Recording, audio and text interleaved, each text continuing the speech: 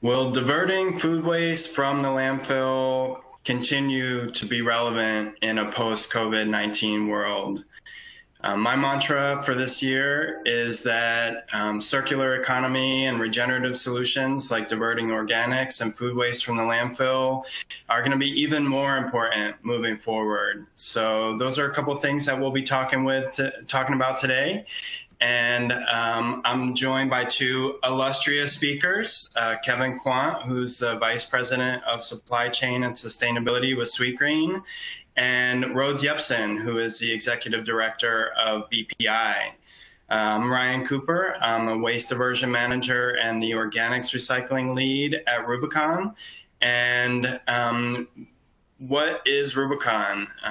Rubicon manages the waste and recycling for companies large and small all around the world. And we are a certified B Corporation, and we are also a technology company that serves our customers, and our mission is to end waste. So a little bit more about me. I came from a horticultural and agricultural background, so always very interested in healthy soil, and started a state permitted composting facility in North Carolina. And when I went to get my master's degree in regenerative studies at Cal Poly Pomona, I focused on organics recycling programs in US, Canada, and Europe, and also wrote a feasibility study for the city of Asheville, North Carolina for curbside organics collection. So graduated a quarter early, went over to Europe to see if it was as cool as it looked on paper. And I was writing for Biocycle magazine when I was over there, and once I came back, and then worked for the Sustainable Packaging Coalition, scaling up composting in Charlotte, North Carolina, and also worked with the city of Charlottesville, Virginia. So now I've been with Rubicon for almost 5 years to the day. Managed thousands of organics recycling programs across dozens of customers in partnership, obviously, with internal folks on the Rubicon team, and hundreds and hundreds of organics haulers and processors. So why are we talking about food waste at Climate Week NYC?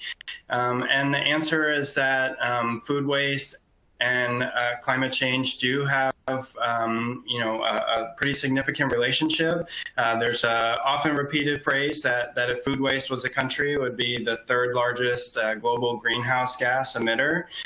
So once you put food waste and other organics like wood and sludges and all different food service packaging like napkins, once those go into a landfill, they create methane, which is natural gas, and it's a resource, and it's also a potent greenhouse gas when it escapes into the environment. And not sure if everybody has had a chance to see the Kiss the Ground documentary. And, that movie that just came out a couple of days ago really highlights another huge aspect of this, which is returning nutrients and carbon back into the soil, which can also help sequester carbon, and not to mention fuel a regenerative food system. So here's an example of one of our programs working with a national retailer with their expired milk, and we were able to divert that material to anaerobic digestion, where it creates clean renewable energy as well as fertilizer for the farm. And just a note on the EPA food recovery hierarchy that we just showed, the EPA refers to wasted food, and in the title of this webinar, we're calling it food waste. So, we do everything that we can to help folks avoid wasted food in the first place. And we also work to make connections with donation agencies and get edible food to people who need it. And after that, there is food, carrot tops and onion peels, that after you make your broth with them, you're going to have material that isn't fit for human consumption anymore. So after that, we look at animal feed, anaerobic digestion, ethanol production, and composting. With that, I will turn it over to Kevin to introduce yourself. Thanks. So as Ryan mentioned, I head up the supply chain and sustainability functions here at Sweetgreen. Who is Sweetgreen? We are essentially a fast food or fast casual concept where we really focus on serving a plant-forward diet or menu to our guests. We don't really like the phrase we're a salad chain, but a lot of times that's probably what people think of us. But really, again, that plant-forward menu is what we're focusing on. And so, my team's function is multifaceted, really getting food from seed or farm or vendor through distribution into the restaurants on a daily basis. We don't have freezers; things come in fresh daily, and so we try to cook as fresh as possible. And as you can imagine, with every restaurant, there is inevitably waste on the prep side, as well as, customers coming in and ordering food, dining at our locations, and then, having something to throw away. So my team really handles that entire journey as well in terms of who services us, picks up the waste, actually designing the waste bins and ordering those. So we as you can see here by my one slide, we do take on waste, and we have some folks on the team that are very passionate about this, and so they really, one even says she's a dumpster diver if need be, which is pretty cool. But really, what we're looking to do is divert as much waste as we can. Particularly in what we can control, which is within the four walls of the restaurant, as we like to say. And so we spent a lot of time and a lot of energy trying to set up composting, because all of our packaging is certified compostable, except for our recyclable aluminum beverage bottles. And then so we have recycling pickup as well as a waste pickup. And just 2 seconds about my background. I come from the food service background of distribution. I did go to school for environmental chemistry many years ago now, but really kind of sparked my interest in sustainable practices.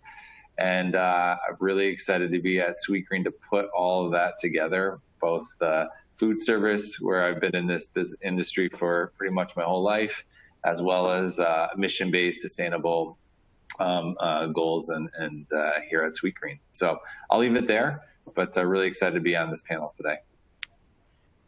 Awesome. Thank you so much for joining us, Kevin. And Rhodes, I'll turn it over to you.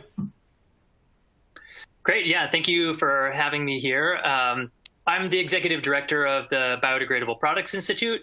We're best known for our certification offering. We're North America's leading certification for compostable products and packaging. We've been around for 20 years now offering that certification. One of the things that people don't always know about us is that we really focus on the intersection of food scraps and sustainable packaging, because we only certify products and packaging that are associated with materials in the organic waste stream. We've been going through a little bit of a shift recently, looking at our core of our bylaws and trying to figure out who we really need to be successful. And so you can see here relatively new for us, our strategic vision for our organization to go beyond certification. Our bylaws had highlighted, when I dug back through them, that we should be focusing not just on the production of items and the certification of items, but the use and appropriate end of life for those items, and that we should be working on advocacy and education around those. So that was sort of a nice discovery for us, sort of refresher. And we've used that to really catapult ourselves and figure out, okay, how do we really identify what are the big barriers to the success of this role of compostable packaging and that connection to food waste on the use and end of life side, not just the certification side. A little bit about me. I have some similar backgrounds to Ryan. I've been in the composting world for a little over a decade now. I've also been a writer and an editor at BioCycle, and done some consulting work to the Sustainable Packaging Coalition. And my sort of background in that was out of an interest in sustainable food systems and environmental studies in college, and an interest in writing that led me to working for BioCycle magazine. And while there, it's where I started to see this real need for more information around residential access to food waste composting. At that time, really what was happening with compostable packaging and what that connection was. Was there a strong connection? Was there a real value in those items for the broader mission of getting organics out of the landfill? So, really excited to be here and have some dialogue with these other two panelists, and then also hear from questions from the audience. Awesome. Thank you so much, Rhodes. And yep, so we're going to talk for a little while amongst ourselves, and then we'll open it up for question and answer. So let's jump right into it. Rhodes, I'm going to stick with you and ask you about how we do measure success. So you kind of talked a little bit about your approach to keeping food waste out of landfills and what your organization does. But how do we measure that success, and what metrics do we use to track that? Yeah, it's a great question. So, one of BPI's goals is to make sure that the claim of compostability is meaningful. And I think that sort of that certification is part of that. But we also need to make, with that certification, we need to make sure that the claims are based on good science. We certify to ASTM standards, that they've been evaluated independently, communicated clearly, that the products and packaging are carrying those claims are getting composted as well. And so I think this is where we're starting to measure success is, how our businesses, my panelists today work with, are they able to utilize these products in packaging? Are they working? Is that contributing to high waste diversion numbers? And what are the numbers of communities offering curbside or drop-off programs for composting? And I think that's where we're really looking for the measurement of success. It's not just the number of compostable products or packaging out there in our world, but really the successful use of those items and how that contributes. So, it's really exciting to see companies like Rubicon and Sweetgreen be able to implement and integrate packaging into their organics diversion programs, and then start to see how that actually works. Is there a good consumer response? Are there avenues to actually divert those materials in all locations or just in a handful of locations? So what we've started to do is really start to look at those numbers and see, is it increasing, hopefully, or decreasing? Are there successful programs that have existed for years, or does it start and stop in fits? And so that's where we're really looking for those metrics of success are, what are the diversion numbers that businesses are able to reach? Is it pushing, your waste diversion numbers up into the 80, 90%, or are you still stuck for some reason, in those lower percentages where, maybe it's a product redesign, maybe it's, identifying more opportunities for reusables, things like that. Great. That's very, very insightful. So Kevin, same question to you. How do you measure your success in this effort? Sure. So I think one thing that we do here at Sweetgreen is we evaluate all of our SKUs on a monthly basis to verify that we're getting what we're supposed to be getting, and also what the standards are of each one, and that includes packaging.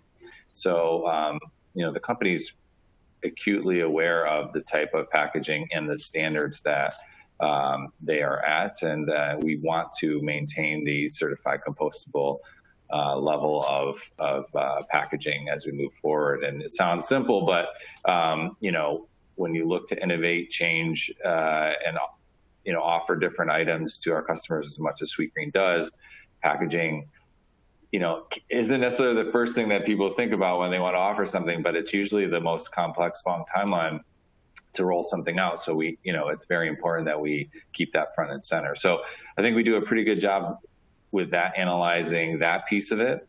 And then, the big number is how much waste are we diverting around the country and the cities we're currently at. And, so that is something that is very important to us, that we actually want to maintain and improve. We feel pretty good about where we're at, but we also know we're going to be expanding into many more markets here in the near future, and making sure that we keep the good work going.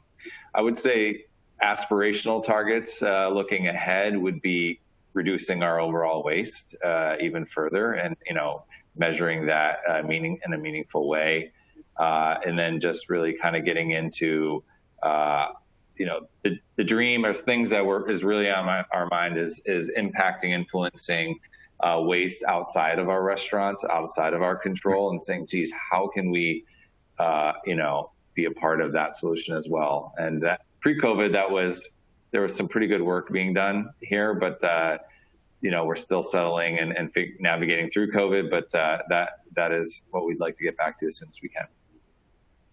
Got it. And speaking of COVID, Kevin, has COVID changed your 1, 5, 10-year goals? And if so, how? And can you talk a little bit about that longer term vision? From a waste perspective, no. We're kind of understanding what the new normal will be on many fronts, and one is what is the customer expectation? We have to be aware of that. Do they want wrapped cutlery every time? When they get that, versus before, in a sanitary way, we offered it unwrapped. So, and similarly with delivery, has really become a much bigger piece of our overall sales. There's different requirements to deliver product to somebody's location. So, what is that new standard? How much of our business will that be? And what can we do creatively then once we have that, okay, this is the new normal, the new expectation? What can we do on the packaging side to reduce our impact and again, our footprint? So that's what has changed, and we're rolling with it, keeping our goals ahead of us, but also being nimble and making our way through, because at the end of the day, we have to keep the lights on here and keep moving forward. Yeah, and that's something that we've seen is obviously with restaurants, hospitality, even office buildings, that a lot of the commercial organics recycling infrastructure that was geared towards that customer base has been, drastically reduced. And so, we've seen what was already, relatively scarce organics recycling infrastructure be pressed even more with the challenges of COVID. Rhodes, how has the pandemic affected your organization and your short and long-term goals? Yeah, I was going to say something similar. It doesn't necessarily directly relate, impact our business, but it impacts the industry. How composting is not always being seen as an essential service along with trash collection, and how that's impacted successful diversion programs that have existed for years in some cases, and how that impacts composters, who, have their revenue streams drying up and their material streams drying up. So I think that's been a really big eye opener for all of us, in that sort of stakeholder chain is, how do we fix that? How do we make sure that composting is seen as an essential service, which it is in my mind. And I think, for us as a business, it hasn't necessarily changed our goals, 5 years or 10 years out, but I think it's helped us realize the urgency behind some of the projects that we're working on. So we just released this week our voluntary labeling guidelines, which is a project we've been working on for a while, since pre-pandemic. But I think a document like that, where it's the first time that we've really had category-specific guidelines for how to make a compostable product readily and easily identifiable. It may seem like a small feat, but it's not. And it's this huge project that I think took on a whole other meaning in the face of the pandemic, and increased desire for more packaging for sanitary reasons, and increased confusion about our waste stream. So I think those would be the two things I would highlight, are sort of this: how do we make sure that composting is seen as the essential service that it is, so that we don't have all of this hard work lost as programs, maybe temporarily shut down is the idea, but, could have long-term or permanent implications. And then, what are the projects that maybe we've been working on, had, cooking along slowly that we really need to get out there with some urgency. Right. And I mean, I think that that's one of the major premises of this talk here is, are we going to see, reversion, steps backwards or accelerated path forward, and packaging is part of that. So, from your perspective, do you see this kind of sticking, this increased use of packaging? And like Kevin said, so much more delivery, and obviously there's the health and safety aspect. Do you think that, that will kind of pause or halt that movement towards reusables and that kind of thing? Yeah, I mean, I think it's a bit of a glass half full or half empty type of thing. There's going to be a bit of both. I think there for sure will be some reversion there to, the way we've done things before. But I think it's also a lot of businesses and communities are latching on to it. So we've seen surge interest in certification for compostable packaging, and I think that is partly in response to have more single-use items to for sanitary reasons. But I think the nice thing is to see that, look, it's not just that companies are going back to the ways of old. I think there is a big interest in saying, okay, if we're going to have to use more packaging than we've used before, let's figure out a way to make it more sustainable. Let's figure out a way to link that up with our other sustainability initiatives, like our food waste diversion initiatives. I think that's, packaging is so front and center in a lot of people's minds in terms of, their own individual, loyalty to a brand, their interest in, their ability to make an action in their that's in their control, through their buying power and through their ability to, sort in their own home or at their business. And so I feel like that's the, being somebody who likes to look at the glass half full and not, focus just on the negative aspects of where we might be taking a few steps backwards. I think what I'd like to do is sort of focus on where are those opportunities to get it right this time and, not lose sight of it. Again, sort of like that. I said before, like amplify our message even more and say, this is why it has been so important, what we've been working on and talking about related to food waste diversion and, reducing the amount of single-use items, focusing on just those that could be recycled or composted and figuring out ways to make reuse possible. Because, reusables, there's nothing inherent about reusables that's not sanitary, right? It's just figuring out a way to build trust in systems for those reusable items that are, convenient for people, making it really convenient and making sure that there's the consumers trust that they're getting properly sanitized. Got it. And Kevin, going back to you, we saw a lot of supply chain disruption and a lot of adjustment in the food supply chain because of the pandemic, and wanted to see, if you guys, realistically looking at the whole system, if there is kind of a feeling that you need to pull back from sustainable and regenerative circular economy efforts, or if you're really just pushing the gas pedal and going forward. Honestly, it's so core to our mission. It's not really around, okay, the pandemic hit, what can we cut back? We have to have real conversations about, margins and profitability, just like any other business. In our minds, when you invest in the type of packaging that we have, trying to, be on the forefront of sustainability there, why invest there if you're not going to properly dispose of it is kind of the mentality.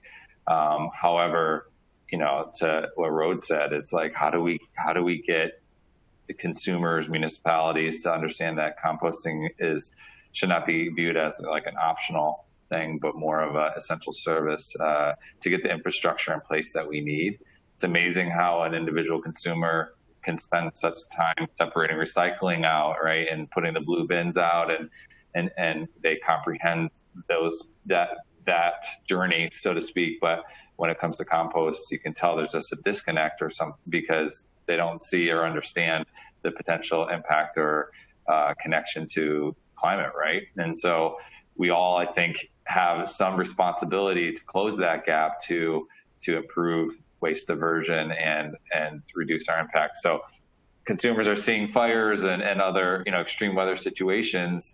How do we connect it again back to the packaging they select, the diversion practices that they uphold on the consumer side, and same with businesses, right? So how do we all become a part of that? It's really, I think, a question we need to answer pretty quickly. Yep.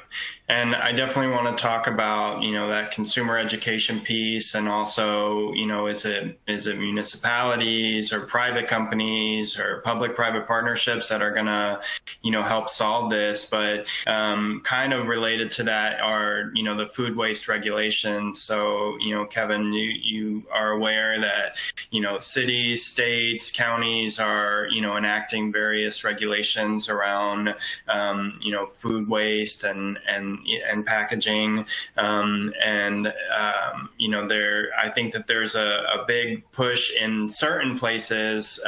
We see even regions take stands, but from a food service perspective, that can also be difficult, because then you're trying to deal with different regulations in different areas. So do you think that those regulations are good? Do you think it should be more of a free market solution, or how do you look at those different rules and laws? Some of this is personal opinion, but I look at them as, they kind of force change in a way that I think is necessary, because in a free market, or just the wait and see, or, we'll do it if we can kind of, the path doesn't always get us the results that we need, especially with the time horizon that we're looking at. And, part of the reason is it's hard to be educated and knowledgeable about so many things, right? We're a restaurant chain at the end of the day. And when restaurant chains are so focused on creating a great experience, creating value of the food that consumers are eating, because that's really what we were built to do. Then there's this, what are we going to do with the packaging and the waste and the diversion? Like, those things are to Sweetgreen are important. I'm not trying to minimize them, but we weren't established as an entity only focusing on those goals, right? So while I think legislation, laws, and to improve diversion and compostability are essential, the more efficiently rolled out and streamlined they are, the better adoption they will have, or the more clear the clear pathway, which is really hard. It's a big ask, but on the flip side, when you look at resources and capabilities of restaurant chains, I'm just using that because that's the industry I'm in. It's also a huge ask to understand every municipality's rules, the compost scenarios they have, the facilities nearby, what the facilities capabilities are.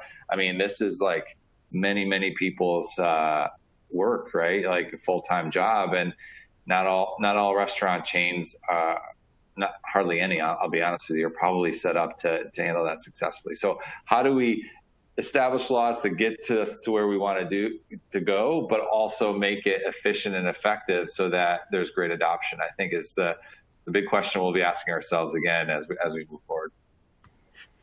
Yeah, and you kind of mentioned the economic aspect of it earlier, and I find in my role, which is kind of to compete against the landfill head-to-head price-wise, I find a lot of solace in the fact that it seems like the prices for organics recycling and local circular solutions are going to hold steady or not rise as fast as those landfill solutions, a centralized, large scale, really it's kind of a real estate thing. I mean, that price is going to continue to go up faster. So I think, hopefully the economics will help drive it, and certainly want to talk about, kind of that fragmented organics recycling infrastructure in the U.S. and how we scale that. But Rhodes, how do you see the impact of the rules and regulations across the U.S.?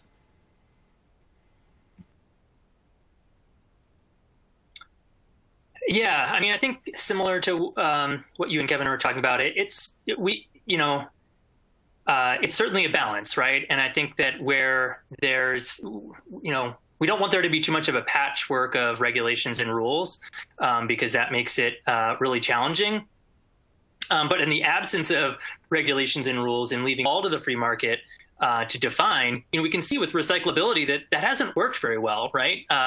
It's with price fluctuations. So, not even just with the landfill fees, but looking at price fluctuations for recycled commodities, if it drops too low, then a community doesn't want to divert those materials anymore. I think that's, we're going to have to be able to get past that. And I think that, there's also this, consumer aspect to it. So there's the consistency aspect, so businesses can make plans and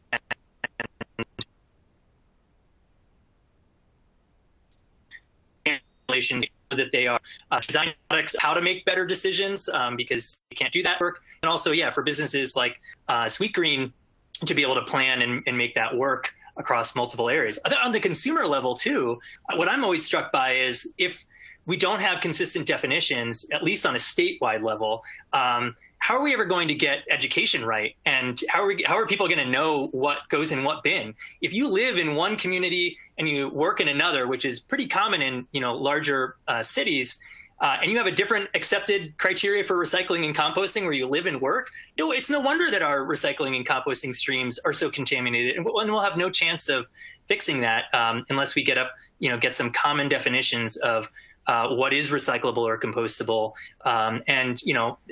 I think that's unfortunately not always happening. There are a lot of discussions in those regulations that you mentioned, Ryan, that are being discussed, but for the most part, they're not coming out with, clear guidelines so that, each community will have the same rules for what's considered recyclable or compostable.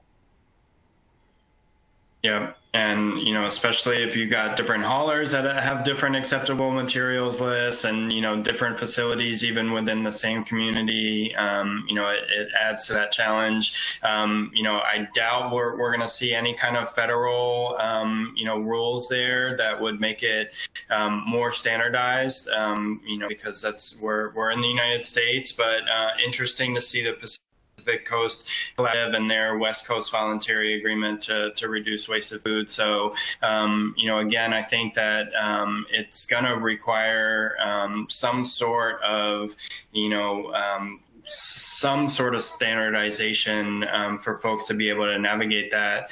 And, on the technology and innovation side, Rhodes, are you seeing anything new and exciting, any new trends at all that are coming along in our industry? Yeah, on the packaging side, I would say what's exciting is that prices are coming down and performance is going up. So we're really seeing a lot more opportunities for compostable packaging, not just the food service products, to be able to have the performance needed to keep food fresh, to keep it from spoiling, but then also be compostable. And not be a barrier to diverting that food waste. So I think that's what's one of the most exciting things that we're seeing is really, that decrease in cost overall, so that it's not always so burdensome to switch to a compostable solution, and then also at the same time seeing that the performance of those materials, start to really match or even exceed conventional packaging. Got it. And Kevin, what trends that and innovations and technology have you excited about diverting food waste from the landfill? Sure. I think on the packaging side for us, we looked at certified compostable across all of our SKUs as the gold standard or where we needed to be at one point. And now we've gone a lot further into materiality and what, breaks down further and, but still performs to where we need it to be. So that is kind of the frontier that we're on, and we're investing in and continuing to explore on the packaging side. I think Sweetgreen's always done a good job at having, approaching the food side in a creative way, where we even had a wasted salad with Dan Barber, a pretty well-known chef who helped us create a salad where we used carrot shavings and different parts of the broccoli in creative and delicious ways. And we can kind of, from that, continue to maintain flexible specs as much as we can with our farmers. So when you look at, because there's food waste on the farm operation, right, to how to be a part of that solution. And we continue to expand and explore that as we move forward. Even, we call it kind of our gleaning project. So we look at that, and then our model of usage of product in the store, again, is really kind of fast and fresh. So we try to minimize our food waste in restaurants. But what we've done this year, particularly with COVID, is strengthen our donation partners to make sure that nobody at Sweetgreen that I've ever run into is like, hey, just dump that product or dump that. It's always about reusing and exploring ways to make sure that nothing hits the landfill that doesn't need to be. So that's kind of building those as we scale is really what we're excited about. Awesome. And I definitely want to dig in with you because, I know that you are, we're also responsible for sourcing the beautiful food that goes into, Sweetgreen products, and love to talk, to you about how that food waste, link in the chain from getting, food scrap to soil to food, back to, food scraps to soil to food, and love to talk about, this circular model that we have up on this slide. But before we do that, on the food waste piece specifically, Kevin, can you give, some advice for companies or organizations that are looking to, reduce and recycle their food waste? What's, a couple pieces of advice that you guys have learned through experience? Sure. I would say that visibility into your end-to-end visibility is something we're continuing to work on, but that really helps understand and try to match customer demand to supply, right? And we don't always get it right. We've got a lot of work to do, but typically a lot of restaurant chains are interested in this as well because it's financially advantageous. So you can usually sell it within your companies to say, hey, if we know what we need, we can have, we can sell more product, but also not waste as much. So sometimes it's as simple as just really good inventory management. But, again, for us, because we really focus on fresh food, which has a lot of, the complexity in different ways. But one of the items is like, hey, if you order just kind of for today and tomorrow, just minimal order segments, then the product's not only fresher, it's also not sitting in the back of the walk-in cooler and you forget about it, and all of a sudden now that's a problem that has to be wasted. And then again, who are partners that you can find in each city that you create a relationship with that is looking to take product that for whatever reason you can't sell or can't use, and setting up very frictionless, low cost, but effective ways to get them that product, which seems simple. But we found that it's a lot more challenging to match the donee with ourselves. So, but it's doable. So those are some quick tips. I appreciate that. And, one of our solutions that we always push is to, at a minimum have, sustainability champions at every level of your organization. But, Sweetgreen is a great example of just baking it right into your ethos. Everything that you do is it's just baked in. It's already there. Almost everyone is a sustainability champion and understands the process and is invested. So, Rhodes, back to you. What advice do you have for folks that want to divert their food waste from the landfill? Yeah, I think one of the things I would say is to try to network and identify potential partners and collaborators. I think that's one of the things maybe you think of after you've started to work on your plan. But I think one of the things that's pretty encouraging about the composting world that I've found is just how willing people are to share their successes, compared to maybe other facets of the business world, or even, other sustainability movements that by and large, you're going to find a lot of willing partners and collaborators to share what's worked for them, and to find where you can be stronger in larger numbers. And so I think that's one thing that I would really recommend, for companies who are trying to get into this and are trying to figure out how do they reduce their food waste consumption, how do they divert, is to, not just look online, with a Google search of what people are doing, but, start going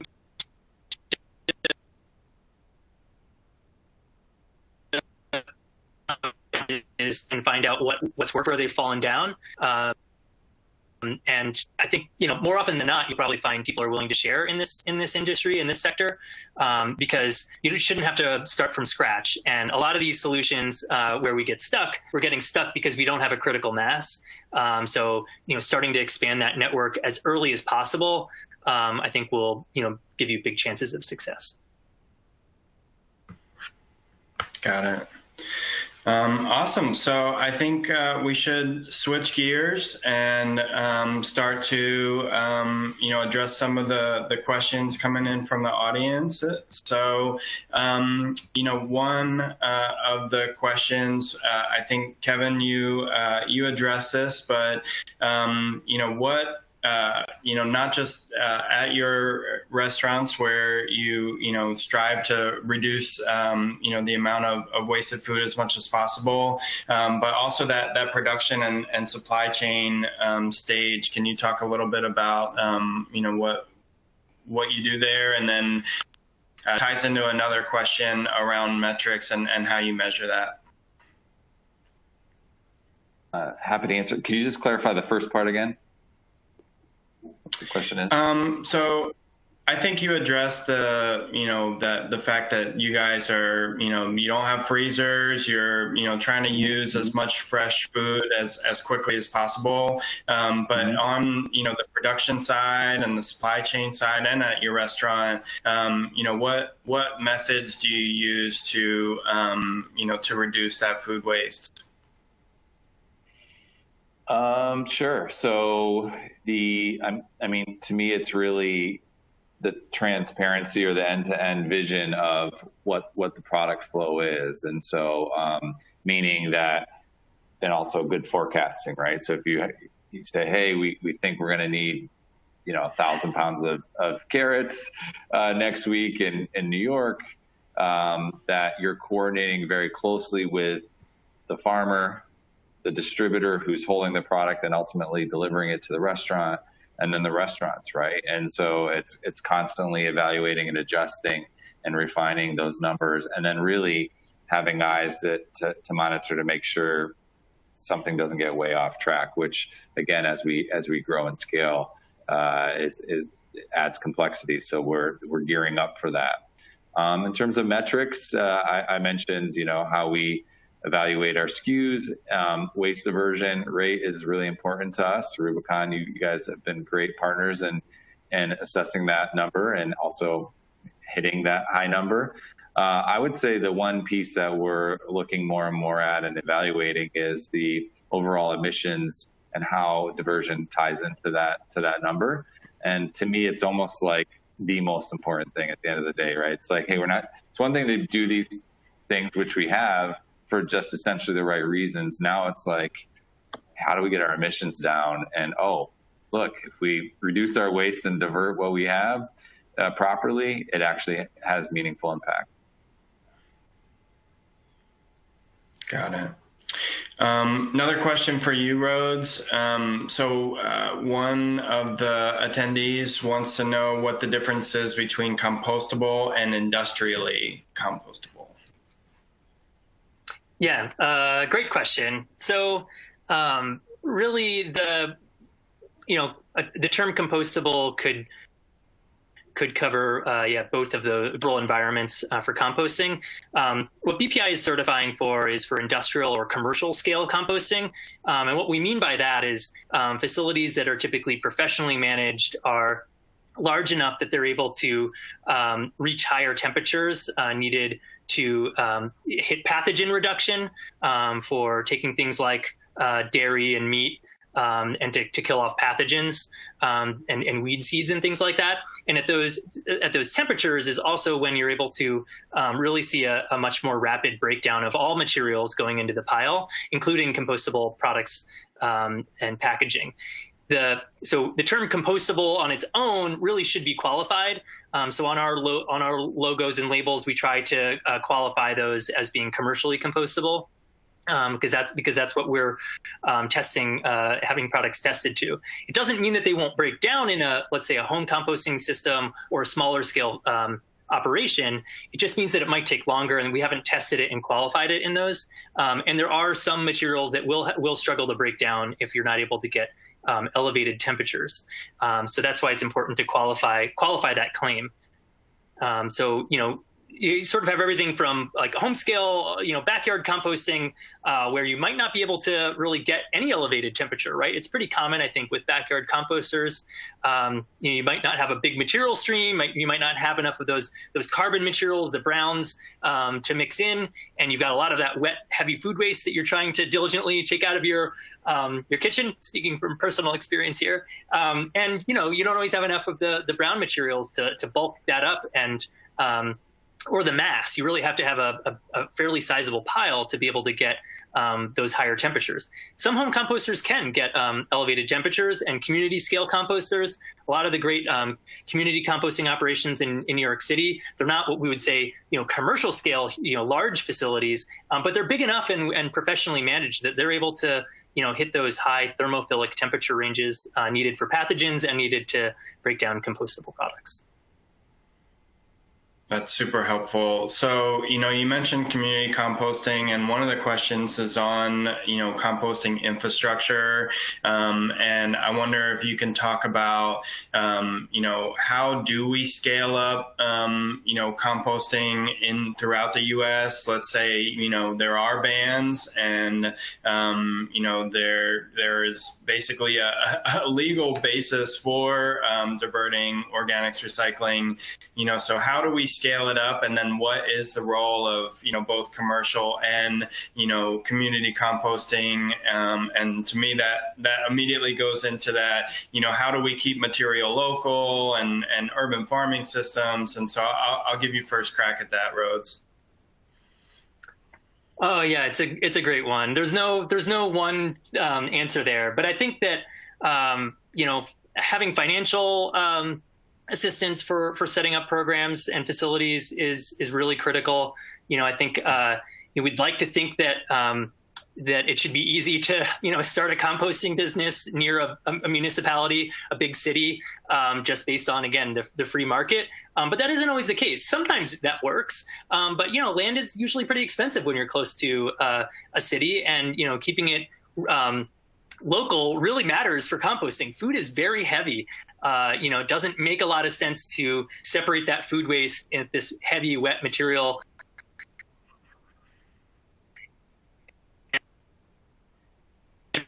the country. And so I think figuring out financial assistance through grants or loans, things like that. It could be through setting up long-term contracts, so longer than normal. I think some of the pioneering composting cities that we've seen are places like San Francisco, where part of that success has been through very long-term contracts with their service provider who, hauls the material, landfills it, recycles it, and composts it. And so I think that that's one way that we can really help with that, is making sure that we're not just putting a ban in place, or sometimes it's, not quite a ban, it's a requirement to divert your food waste if there's a facility within a certain geography. I think, that's great. That's a huge help, but it, on its own is not really enough. And we've seen that time and time again. Got it. So a couple questions for you, Kevin.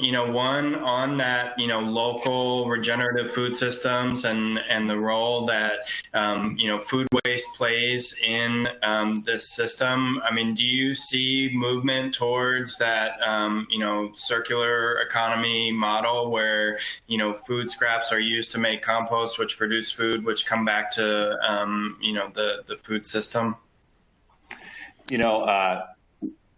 True answer is that we have, we believe in sourcing locally for, food shed reasons, availability, freshness, quality. Along this waste journey, at times we've checked in to see, do we have a circular system? And we found out in the Boston area, for example, that compost materials were broken down and actually purchased and used on some of the farms that we bought food from. So, and then something similar in the Philly area. So, but we haven't really quantified that, or we haven't spent enough time measuring it. But that is kind of part of why we're here at Sweetgreen trying to do what we're doing. And it would be great to again, just really assess the impact there, because we believe in regenerative ag and supporting it how we can, and this is one way to do it. Actually, I have a question for the two of you, and maybe I'll answer my own question. And it's really about what's the one thing that we would want to tell, it's Climate Week, the three of us would say, what's one thing that you guys would say, everybody listening today, you would like them to take away as one thing we could do to improve diversion and have a meaningful impact? I'll answer last, but Ryan, what do you think? So, what gives me heart in the current, health and safety situation, but also economic situation, and what really, again, when I go back to my mantra of, these resilient systems are going to be more important in the future, is that the investment community really sees that. I think lots and lots of businesses are making, goals around that. I think many consumers definitely see that. But, how do we reach everyone? So how do we really get the word out? So, it definitely feels a little bit like an echo chamber. The three of us, I think, are super aligned. But how do we make sure that, no matter where you are in the country, that, organics recycling is just what you do. One of those is going to be infrastructure, but a huge one of those is education. So I know that, NRDC and lots of folks are working really diligently to get that word out. But I would say that, to anybody that's listening, is here today, to just spread that word and just let other people know that this is a really, it's sort of a simple, I'm not going to say easy, but it's sort of a simple solution that we can take to our backyard or really scale up. So that's my answer. How about you, Rhodes? Yeah, I think my answer would sort of build off of Kevin, your candid answer to your own supply chain and looking into what's working, where is there a circle or not, and in the sense that I feel like there is a big awareness and understanding increasingly of food sheds and the importance of local food systems.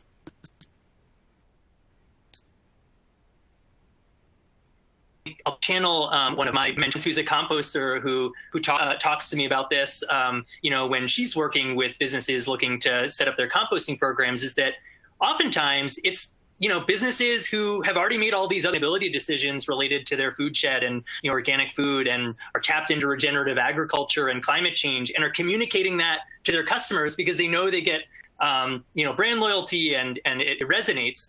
But composting comes in as an afterthought, right? It comes in late, and there's like this disconnect for so many of us, whether that's on a personal level, on a business level, and for that consumer. So the awareness issue, Ryan, that you're talking about, making that connection and like starting to vocalize that, I think that's one of the things that with climate change, it's all about that interconnectedness and making sure that we see how all these pieces of the puzzle relate. And so, we can't have those great food sheds and regenerative agriculture in a serious way if we're breaking that carbon cycle, if we're landfilling food, if food is the number one thing going to landfills, which it is in every community in the United States, pretty much, even those that have composting programs, it's still, up there. If we're missing that connection, then we're never going to really make it, I think, for, local food sheds and regenerative agriculture on a big scale. Cool. I echo that. I'm going to answer my own question, and I'm sorry to hijack this, but I thought it was a good one. I had a friend in high school that I was giving a ride to at one point, and he put the window down and he threw his candy wrapper out the window. And I said, why did you do that? And he's like, oh, that's what my culture does. And I was like, oh, that's what his culture does. And I was like, accepted that answer at the time. And I think looking back, now I'm like, mind blown, but I think there are many people grew up and saying waste just goes away. You put it where it's supposed to go, it disappears. And I think to me, the one thing I would advocate for is asking people to think about what they're putting in their waste and like, does it need to be there? So I call it, waste auditing, even at the consumer level, even as you put something in your trash bin or your recycling bin or wherever, is like, should this be here? Did I need to put this in here? And I know for me personally, that's gone a long way. And then at work, that's kind of really what's driven our diversion, right? It's like, wait, we're buying certified compostable products. Why would we throw that into the trash stream? Didn't that just defeat the purpose? And so I just think if people started to kind of invest a little bit more into this, it would go a long way. And it's not as overwhelming as maybe it seems like when you think about the infrastructure and everything else. But just trying to throw something out there. Ryan, back to you. So I know we're running out of time, but I just thought I'd throw that one out.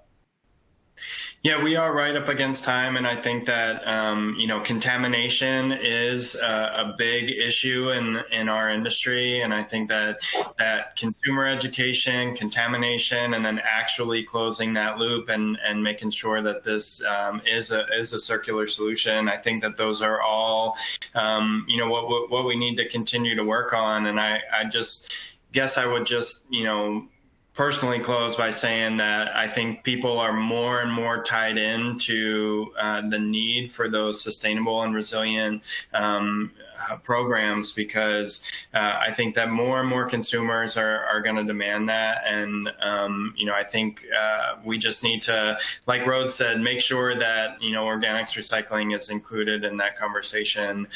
So that was my closing comment.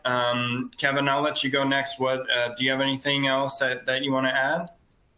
No, I just agree with you that this diverting, thinking about composting, actually doing it, advocating for the infrastructure, which, I'm saying, hey, how do I form a coalition of like-minded business entities to be a louder voice there as one potential solution? But, it's really about, there's not a lot of time here left, and it's what we're looking forward at, especially in the name of Climate Week.